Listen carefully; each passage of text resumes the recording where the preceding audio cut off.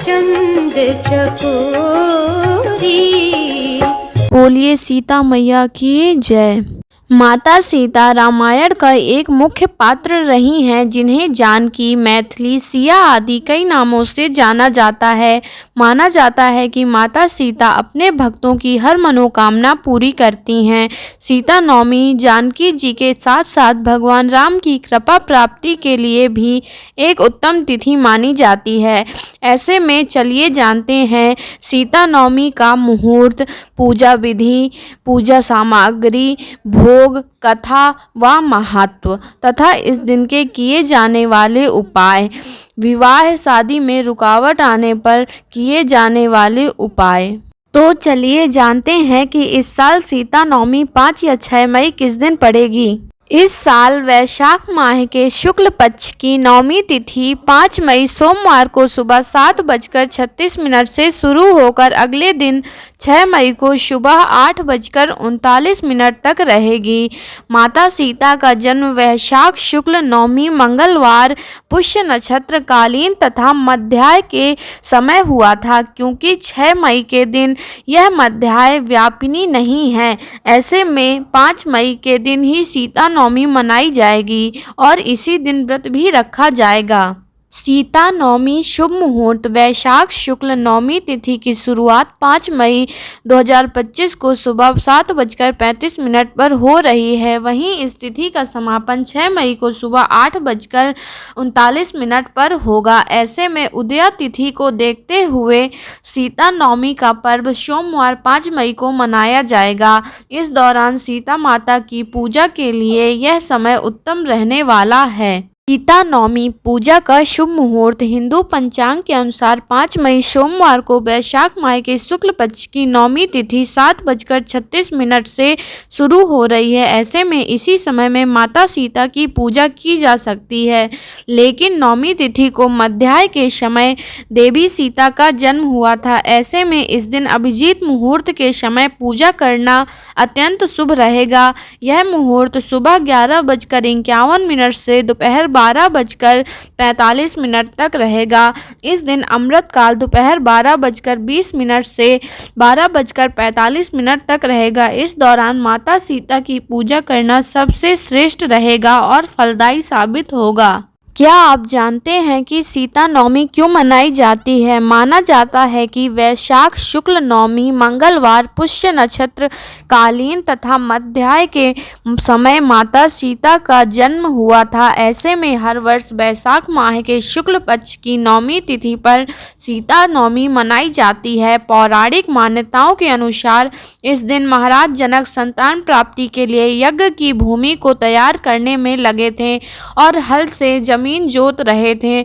उसी समय धरती के गर्भ से सीता जी मनुष्य के रूप में प्रकट हुई। यही कारण है कि माता सीता नवमी के दिन माता सीता का जन्मोत्सव मनाया जाता है। सीता नवमी पूजा सामग्री व पूजा विधि। सीता नवमी की पूजा के लिए सामग्री में सीता माता की प्रतिमा या फोटो, पीले रंग के फूल, अक्षत, सिंदूर, सुहाग का सामान, एक चौकी, लाल कपड़ा, गंगा जल, चंदन, दीपक, घी, रोली, गेंदे के फूलों की माला, कलावा आदि शामिल करें। इसके बाद पूजा करें। पूजा विधि। जो लोग इस दिन व्रत रखते हैं उन्हें सुबह ब्रह्म मुहूर्त में उठ जाना चाहिए। इसके बाद स्नान करके साफ वस्त्र धारण करें और व्रत व पूजा का संकल्प लें। अब एक चौकी पर लाल कपड़ा बिछाएं और उस पर माता सीता और श्री राम जी की तस्वीर स्थापित करें। अब पूरे स्थान पर गंगा जल का छिड़काव करके माता सीता का श्रृंगार करें। उन्हें सुहाग की चीज़ें चढ़ाएं। उसके बाद माता सीता को फूल, माला, चावल, रोली, धूप, दीप, मिठाई आदि अर्पित करें। अब माता सीता की आरती करने के लिए तिल के तेल या शुद्ध घी के दिया प्रज्वलित करें। दीपक जलाने के बाद माता सीता के मंत्रों का 108 बार जाप करें और सीता चालीसा का भी पाठ करें। इसके बाद शाम के समय भी माता सीता की आरती उतारें। इस तरह माता सीता की पूजा करने से व्यक्ति को अत्यंत शुभ फल की प्राप्ति होती है तथा जीवन में सुख समृद्धि का वास होता है और परिवार में खुशियां आती हैं। पूजा के दौरान इन मंत्रों का जाप करें। श्री सीताय नमः। ओम श्री सीतारामाय नमः। सीता नवमी का महत्व। सीता नवमी का व्रत सुहागन महिलाओं के लिए विशेष महत्व रखता है। इस दिन व्रत रखने से पति की दीर्घायु और परिवार में सुख समृद्धि बनी रहती है। ऐसा कहा जाता है कि इस दिन माता जानकी की पूजा करने से सभी मनोकामनाएं पूर्ण होती हैं और जीवन में सुख शांति आती है। ऐसे में इस देवी की विधि पूर्वक आराधना करें। इसके साथ ही तामसिक चीज़ों से दूर रहें। सीता नवमी पौराणिक कथा। सीता नवमी की पौराणिक कथा के अनुसार मारवाड़ क्षेत्र में एक वेदवादी श्रेष्ठ धर्मधुरीण ब्राह्मण निवास करते थे। उनका नाम देवदत्त था। उन ब्राह्मण की बड़ी सुंदर रूप गर्विता पत्नी थी। उसका नाम शोभना था। ब्राह्मण देवता जीविका के लिए अपने ग्राम से अन्य किसी ग्राम में भिक्षाटन के लिए गए हुए थे। इधर ब्राह्मणी कुसंगत में फंसकर व्याभिचार में प्रवृत्त हो गई। अब तो पूरे गांव में उसके इस निंदित कर्म की चर्चाएं होने लगीं, परंतु उस दुष्टा ने गांव ही जलवा दिया। दुष्कर्मों में रत रहने वाली वह दुर्बुद्धि मरी तो उसका अगला जन्म चंडाल के घर में हुआ। पति का त्याग करने से वह चंडालिनी बनी। ग्राम जलाने से उसे भीषण कुष्ठ हो गया तथा व्याभिचार कर्म करने के कारण वह अंधी भी हो गई। अपने कर्म का फल उसे भोगना ही था। इस प्रकार वह अपने कर्म के योग से दिनों दिन दारुण दुख प्राप्त करती हुई देश देशांतर में भटकने लगी। एक बार दैव योग से वह भटकती हुई कौशलपुरी पहुंच गई। संयोग बस उस दिन वैशाख मास के शुक्ल पक्ष की नौमी तिथि थी, जो समस्त पापों का नाश करने में समर्थ है।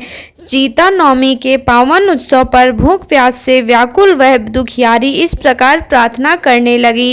हे सज्जनों, मुझ पर कृपा कर भोजन सामग्री प्रदान करो, मैं भूख से मर रही हूँ। ऐसा कहती हुई वह स्त्री कनक भवन के सामने बने हुए 1000 पुष्प मंडित स्तंभों से गुजरती हुई उसमें प्रविष्ट हुई। उसने पुनः पुकार लगाई, भैया कोई तो मेरी मदद करो, कुछ तो भोजन दो।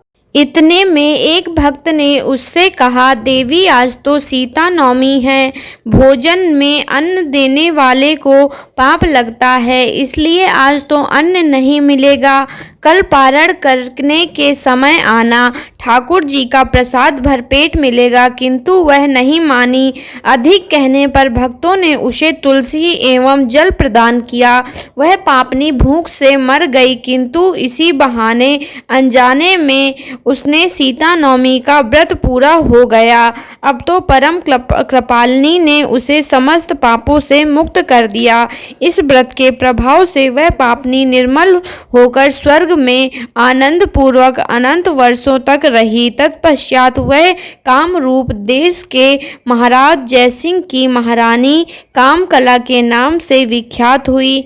जाति ईश्वरा उस महान साध्वी ने अपने राज्य में अनेक देवालय बनवाए, जिनमें जानकी रघुनाथ की प्रतिष्ठा करवाई। अतः सीता नवमी पर जो श्रद्धालु माता जानकी का पूजन अर्चन करते हैं, उन्हें सभी प्रकार के शुभ सौभाग्य प्राप्त होते हैं।